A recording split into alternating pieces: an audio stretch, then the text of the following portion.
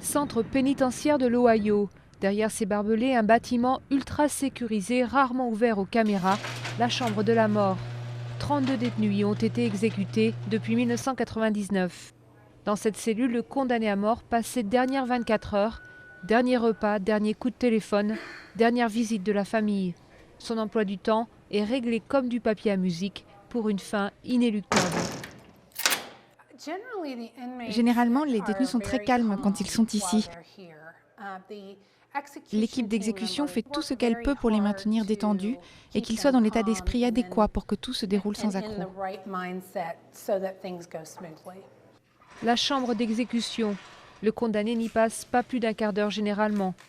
Le lit incliné lui permet de voir une dernière fois ses proches à travers une vitre. S'il tend le cou, il peut aussi apercevoir la famille de la victime, assise dans une pièce séparée.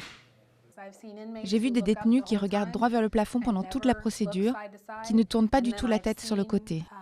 Il y en a d'autres qui regardent leur famille tout le temps ou qui essaient de regarder la famille de la victime. Sur cet écran, les familles suivent la pose de l'intraveineuse dans le bras du condamné, alors encore en cellule.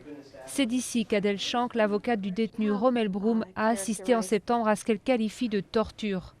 L'équipe médicale de la prison a en effet tenté à 18 reprises de trouver une veine dans le bras de son client, sans résultat. Ils ne se sont pas contentés de piquer. Ils piquaient et après ils tournaient l'aiguille à droite à gauche pour essayer de trouver la veine.